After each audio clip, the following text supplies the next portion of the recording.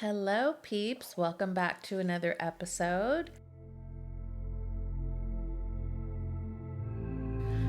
It's finally sweater weather, so I'm dressed a lot more warmer these days, and it's kind of nice for the weather change, so that's been fun. We are back in our Northern California house, but when we were down south, we have a favorite church of ours. It's called Capo Beach Church. It's in Dana Point. And Pastor Matt did a sermon a few weeks back on behavior modification versus spiritual formation.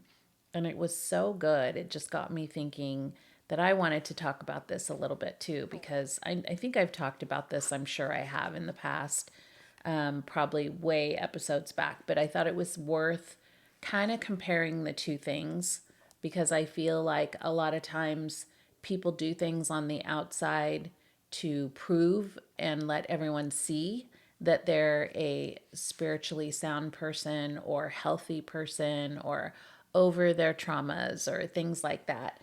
But I feel like the brain versus the spirit go hand in hand. So I always say like we're body, mind, and spirit. So we're all these things melded into one because we are human. And so today I just wanted to touch upon some of Pastor Matt's things that he talked about in the church and then just kind of put my own bent on it. And so yeah, so let's get started. So I just said in the beginning of this, like, are you faking your way through your spirituality and pretending that it's all changed? Like you're healed, you're better, everything's great. But behavior modification, for those of you that aren't familiar with it, are things you do, like physically do, or you say certain things because you think, because on the outside of all of this, when people are looking at you, you think that if you do these things, people are going to assume that you are okay. And this can happen in church cultures where like people overly compensate their insecurities on the inside by like volunteering for everything, being seen in everywhere, and trying to do that with a good heart, but then they go home and they're beating themselves up. So basically, they are faking their way through it. It's kind of that old mentality, where we used to say the phrase, fake it till you make it. In some ways, yes, that's true. Like you want to kind of change. This is where the brain comes in, the neuroplasticity that you can actually, it's been proven now that you can actually rewire your brain. So if you've gone through trauma and these are those things in your brain, there are ways that you can slowly unwind and unknot those things in your brain to rewire those circuits so that the truth that you thought that was, or the things that had happened to you that you think are finite, can actually be unwound and you can look at it in a different way. So the fake it till you make it, I think kind of comes from that, is like if you think positive thoughts, if you do these steps XYZ, it's going to completely cure you and you're going to fake it and then one day you're just there, you're successful, you're great at it. And I just think it's more complicated than that. So I think that your spiritual formation comes with a deeper understanding and also kind of a deep grief. You have to like grieve the things of the past and really settle into those things to figure out the whys, or settle into them to figure out, do I want to really change these things? I mean, I've seen people who have couples that would go to counseling and behavior modification, the mate would say, yeah, great, this all sounds good, I'm going to do all these things, and he would pretend to do these things, and then but he wasn't spiritually sound in wanting to change those things. And so faking it till you made it was kind of that mantra, if you will, in those counseling sessions. And then it comes out, months later that it was all a lie, that they weren't really trying. The one person isn't trying, could be a wife, could be a husband. I'm not, signifying anything in particular. I've just seen couples where if one person is willing to change and rewire how they're thinking about things that aren't working, the old bad habits that they need to switch out, they start to change and rewire the things in their brain, but also spiritually, they become deeper in the things that they know that God wants for them. Whereas then the partner is like faking it till you make it, right? Just behavior modification, like kind of going through the drills of what the counselor has told them to do, but they're not feeling it spiritually. They're not, it's not going, it's kind of the saying of like it falls on sand. So your strong foundation is built on sand. So what happens is when the water comes in, it just washes it all away. Whereas if it's built on a strong foundation, the water will hit it and it will stand, it will stay. It doesn't matter, what comes at it, it's going to be strong. And so I think that, it's really important to know the difference that yes, we can do things with our brain that will actually change the course of what we have gone through before, but the missing piece a lot of times is the spiritual formation. Well, so one of the things that Pastor Matt was talking about was neuroplasticity, behavior modifications, and the spiritual formation. And you can find this sermon on YouTube. So again, it's Capo Beach Church in Dana Point. We'll probably post a link in the notes below. One of the most amazing things he said, and I wrote it down right away, was part of the sermon is when he said that you can't act your way out of a behavior. And I thought that was really key. He's right. You cannot. You can't. You can pretend to act. Well, you can act, you can pretend, but you can't like think you can't fake it till you make it. I think a lot of people went with that phrase. I think it was from the 80s or something like that. Then could have been the 90s, could have been, I don't know, whenever.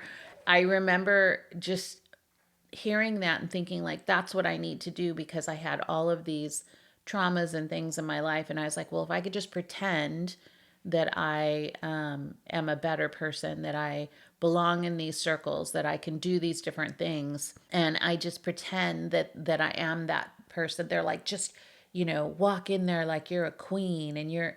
But the reality is that in your heart, in your spirit, you're not feeling that yet. Why? Because you haven't mourned the things that actually are the things that have hurt you, are the things that have, really affected your life. And also, God is taking you on a journey. So that is part of your spiritual formation, is part of the struggle is actually God bringing you closer to Him. People want to run away from the struggle, but the struggle is where the rubber meets the road with your spiritual formation, right? And then God says, okay, now you're ready because I've got you, deep into the reality of what is going on in your life. And so now we can do some hard work and then get you to a really healthy place. There has to be a spiritual want in order for all of it to work.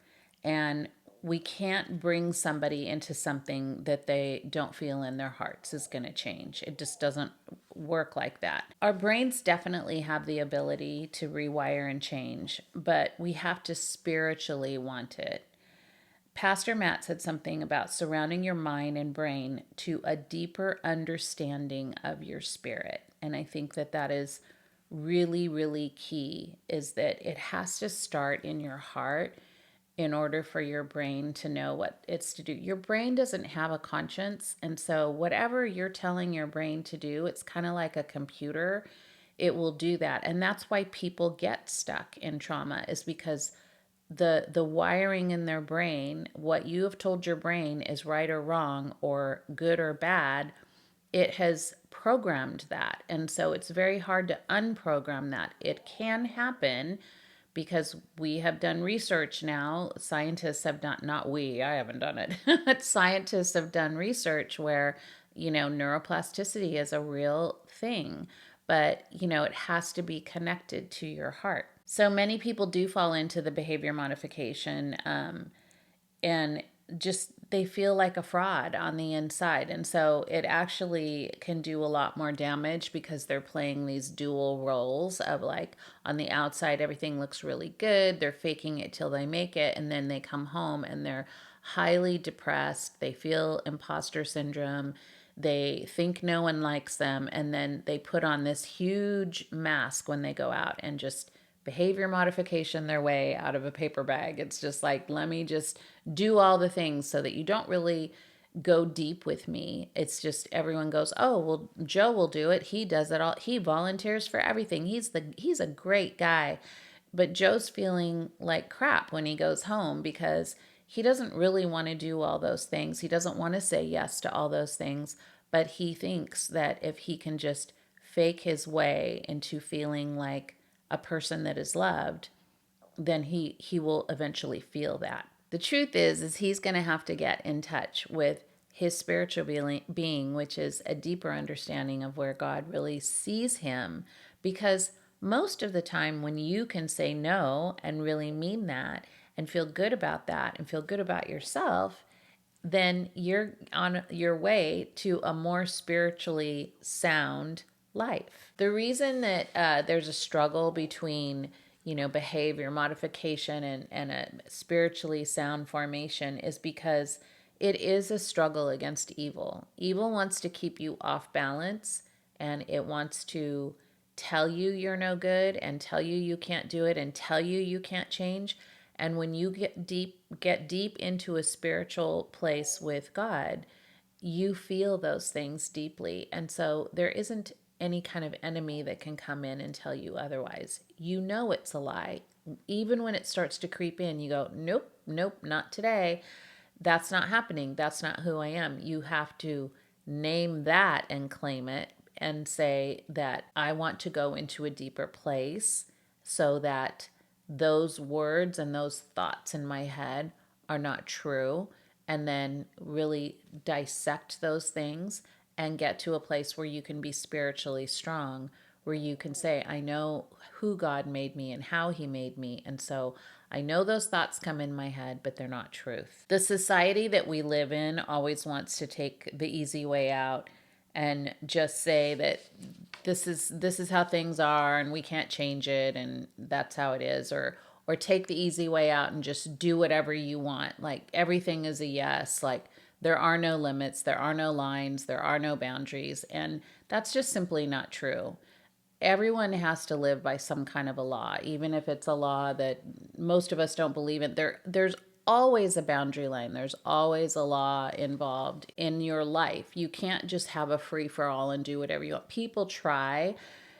If you watch them closely enough, every single time they fall apart because they're not spiritually sound. It has no basis. There is no baseline. They're trying to make everything 100%, and that's just not the way that the world works. That's just not the way your life really flows through the whole of your life. It just doesn't. You have to at some point have boundaries, and you have to have a bottom line. You have to, be strong in what you believe in. And that hopefully is a God-filled spirituality, because that is the pretty much the only thing that I have found that time after time going back to that is something that is so comforting and so positive, and it actually is the most helpful. I think the struggle part is that it helps you realize that God is taking you on a journey of faith. So when that faith strength comes in, it's like you can't help but really dive into that. There is no more faking it. You can't put a mask on. You can't behavior modification your way out of it.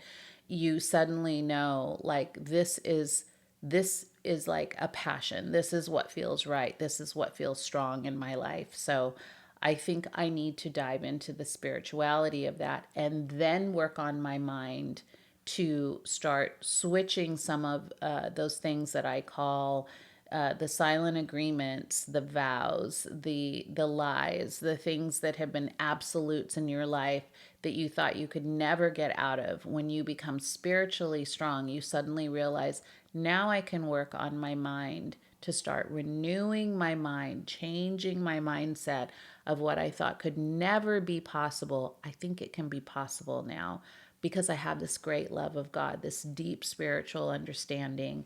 And that is really kind of that strength that it comes from that faith walk of knowing that he is with you and he is going to walk through you with it on this journey. So a couple of points to look over is don't fake your way into being spiritually strong. You can't do that. People try, but your brain will do whatever you make it do. So make it be truthful. If you start telling yourself these lies, your brain is going to start believing those lies. But if you start telling yourself the truth, your brain is going to believe that truth. And so you don't want to fake your way into thinking like I can fake everyone out and pretend that I'm super spiritually strong and then go home and not feel that at all. You really want to be honest in that. And just be honest. If you're struggling, please just say it. Don't try to pretend that everything's okay. I hate seeing people go home and just struggling and struggling.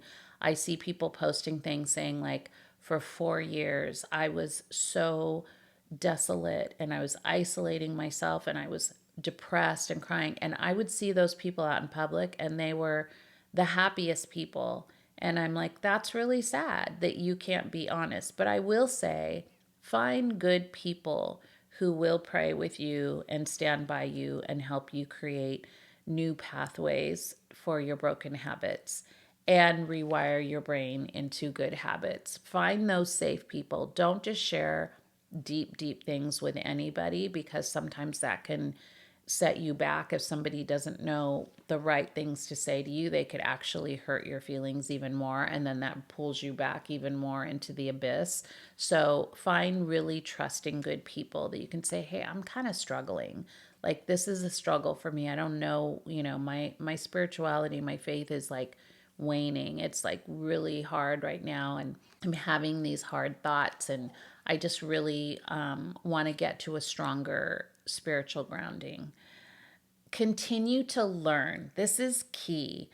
Those who never end up going deeper on their walk are the ones who refuse to grow and learn to do things differently. I'm constantly reading, I'm constantly taking courses, I'm will listen to podcasts, I will join groups, like not all the time. I don't want you to like immerse yourself in all that. I'm not saying that. I'm saying pick one. Like pick something. Like I try to read at least 10 books a year on just different kinds of things that I'm passionate about. And even like taking a break once in a while and just reading a fun book, a biography or something like that. But like learn, grow, go to different places, visit places you've never been before. Like learn and grow. The people who continue to learn, they are the ones that end up having happier families. They're more open to being a good listener for others. There's a lot of benefits to that. If you cut that off, you're going to have issues with your career, your home, your personal relationships, and you don't want that. You don't want to be that person that says, like, this is what I know and no one can teach me anything new and I'm not going to listen to what you have to say. You're never going to go deeper in any kind of walk, spiritually or otherwise, personally, with just your family or yourself, if you don't continue to learn and grow. It's time to look into learning new lessons and habits to deepen your spiritual walk. I hope this episode was enjoyable for you guys. And as always, until next time, I will see you later, peeps.